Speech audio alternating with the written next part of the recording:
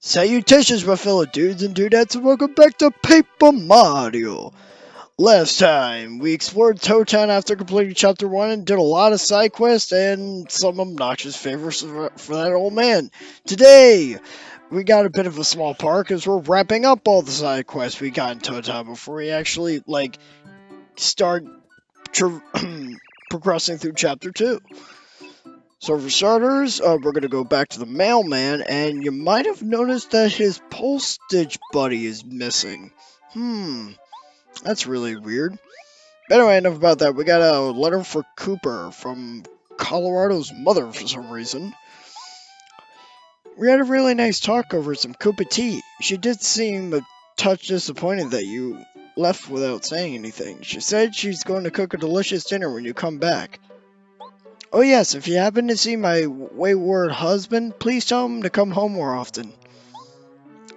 So apparently Colorado's wife was talking to Cooper's mom, and I guess she just wanted to, let you know, it's like, if you see my husband, tell him to stop leaving without saying anything. Jerk. Alright, so I'm getting to the badge shop, because there's actually two badges in particular I want. One badge that I used for the previous, for the test playthrough, and one that I've actually realized I'm going to need for this one. Pretty Lucky. The Pretty Lucky badge requires 3 BP to equip. Basically, how it works is that your opponents will miss their attacks a little frequently. But from my experience, the Pretty Lucky badge has worked wonders for me as opposed to other playthroughs of other games. Holy crud, Pretty Lucky was really saving my rear for the test playthrough. And I'm hoping the playthrough that I'm actually recording, I get just the same amount of luck. As for the Feeling Fine badge, it prevents you from getting dizzy and poisonous, and poisoned. I will go over what poison and dizziness does later. Here I'm contemplating what I should equip. I was debating on a Smash Charge because, I just had that one BP left since I wanted Pretty Lucky. But I'm going to keep Speedy Spin on because I'm doing a lot of running around. And it's going to save me a bit of time. Okay, so here is where I made a slight mistake. Goes to show I've played a lot of the sequel Thefts in Your Door. Because what I'm basically trying to do is I'm trying to manipulate, Tasty into cooking my, excuse me. I'm trying to manipulate Tasty into cooking my items that I buy so I can sell them back for a profit, but unfortunately that's not the case. If you cook the mushroom, you'll get the shroom fry, and if you try to sell it back to the store, you'll just get the same amount back, which is 5 coins. It's different in the sequel where when you cook a basic item, you could sell it and you can get actually a decent chunk of change for it. I think the only real exception is the Ultra Shroom. Anyway, we got the Chuck Quizmo. Assuming I didn't mention this, I don't think I did. I know I mentioned what he does, but you're gonna see him appear in every main town of the entire game. And the questions are always based off of questions from a previous chapter or whatever. In this case, though, the question was, what was the very first block you were able to break? You say yellow, because you haven't broken a gray or red block up to this point. What am I doing here? Oh yeah, so I'm trying to sell the fried shroom, and I realize I'm only going to get 5 coins back, so it's like, oh, that's kind of seeming meaningless. Thankfully, I only try it once, because I don't want to be stuck wasting time messing with stuff like that.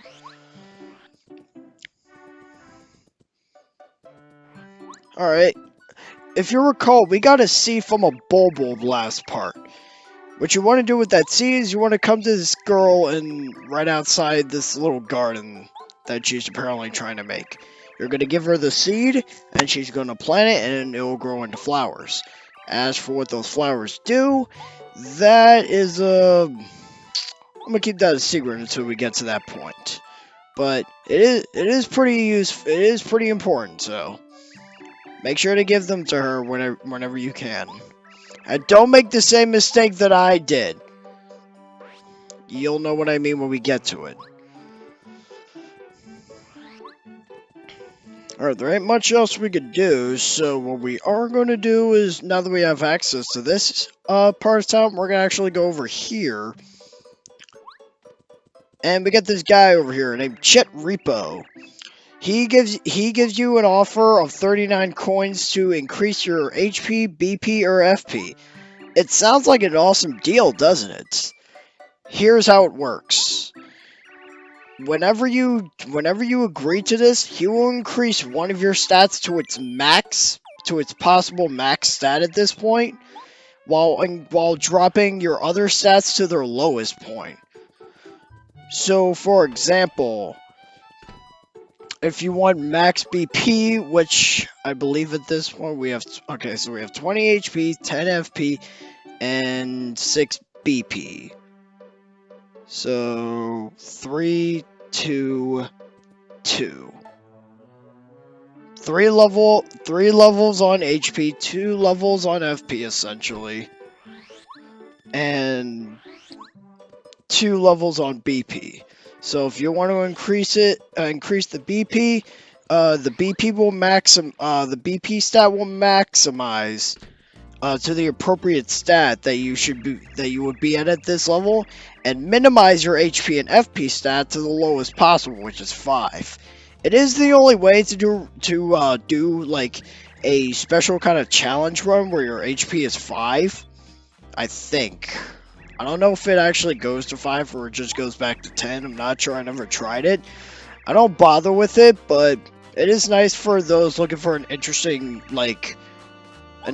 change of pace with this game. If you ever wanted to try something like if you wanted to handicap yourself for a different experience, there's nothing stopping you from giving it a try. I was talking to them because I actually thought they would have something useful to say. That music in there is bumping, though. I love that music track. I don't know what it's called, though. I'm not familiar with this game soundtrack as I am the sequel. Got a little coin block up here. And sadly, that's all there really is here. I thought there would be something else here, but I guess I overestimated the, I don't know what I was going to say next. Whoops. Anyway, so now we're just going to make our way back. I don't know why I didn't cut this screen out. Oh well. Because now we're going to show off that, if you remember, we got a silver credit from that old Koopa we were doing favors for. You're going to hit this tree and this pipe will appear. And you're going to go down here and you're going to go into the playroom. The playroom has a plethora of minigames you can play, with credits you obtain throughout the game.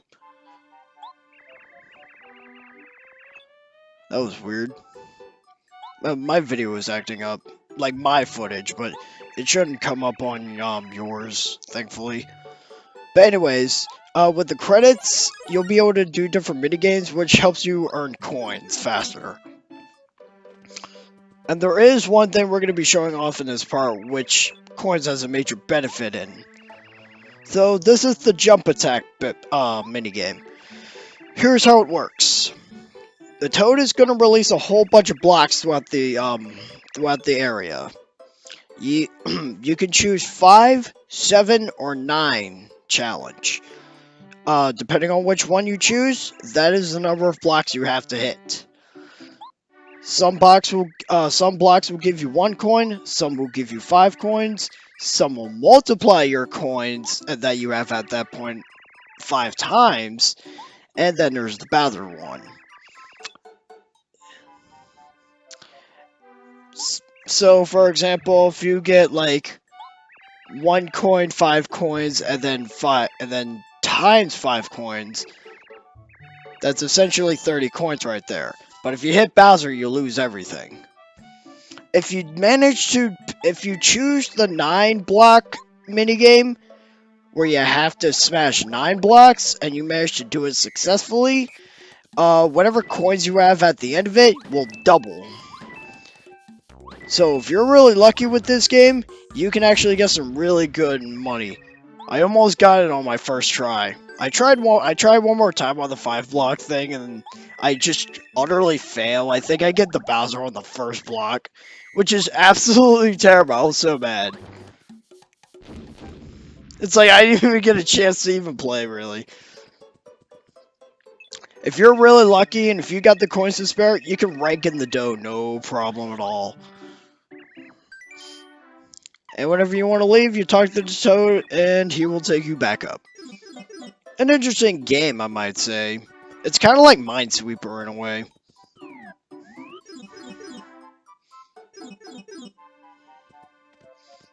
Alright, now to show off what those coins can give you.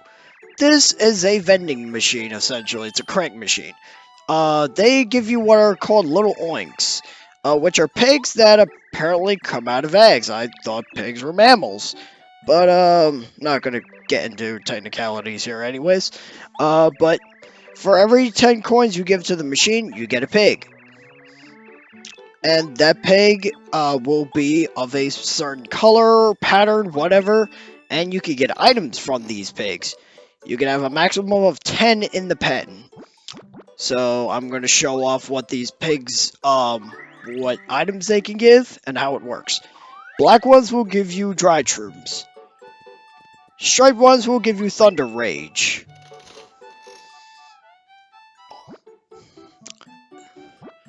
And I'm going to be visiting this between chapters, so I will be able to show off all the pigs. Unless if I'm just that unlucky. Then I'll just, like, tell what the other ones are.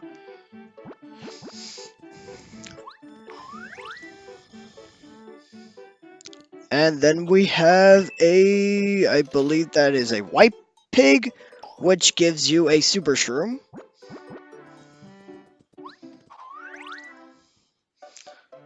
This is a star. Oh wait, no, the flower. No, I'm sorry. That pig I got wasn't white. It was flower. That will be a maple syrup. The star one will give you a shooting star. I was cutting out between pigs because I was getting a lot, and I ended up with 3 shooting star pigs in a row. That's wild. As well as a silver one, which gives you a jam and jelly, which heals 50 FP. The thunder rage from the straight pig deals 5 damage to everyone on the screen. Shooting star is the same attack except 1 damage more. And the dry shroom is 1 HP. It heals 1 HP and nothing else. Basically, how it works is that you can have up to 10 pigs in the pen. If you pay for another one, the first pig you paid for will run away and leave the respective item behind that the pig's color and pattern represents. So the first pig I got was a black one. So if I buy one more pig, it will give you a dried shroom and replace the pig. If when you try to run in and get the item, all the pigs will scatter. I'll be going more into detail with this after Chapter 2, because that's actually where we're headed. Now that we managed to destroy that rock, we can actually head to Chapter 2. Woo! And I love this train music. It's so bouncy. We're going on a road to a rugged mountain.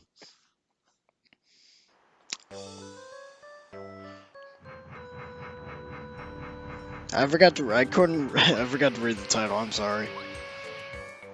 But no, we are in Chapter 2 finally.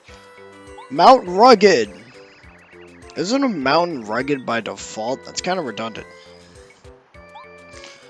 And going through this mountain will lead us to Dry Outpost, and as well as the Dry Desert. Gonna check these bushes, get some coins here. This bush, however, gives you an egg. You can cook that, you get a fried egg. I think it heals like 10 HP. Alright, but anyways, we're gonna call it. So, next time on Paper Mario, we're gonna actually begin Chapter 2 and climb over this mountain and see what lies ahead. So until then, I got a juice.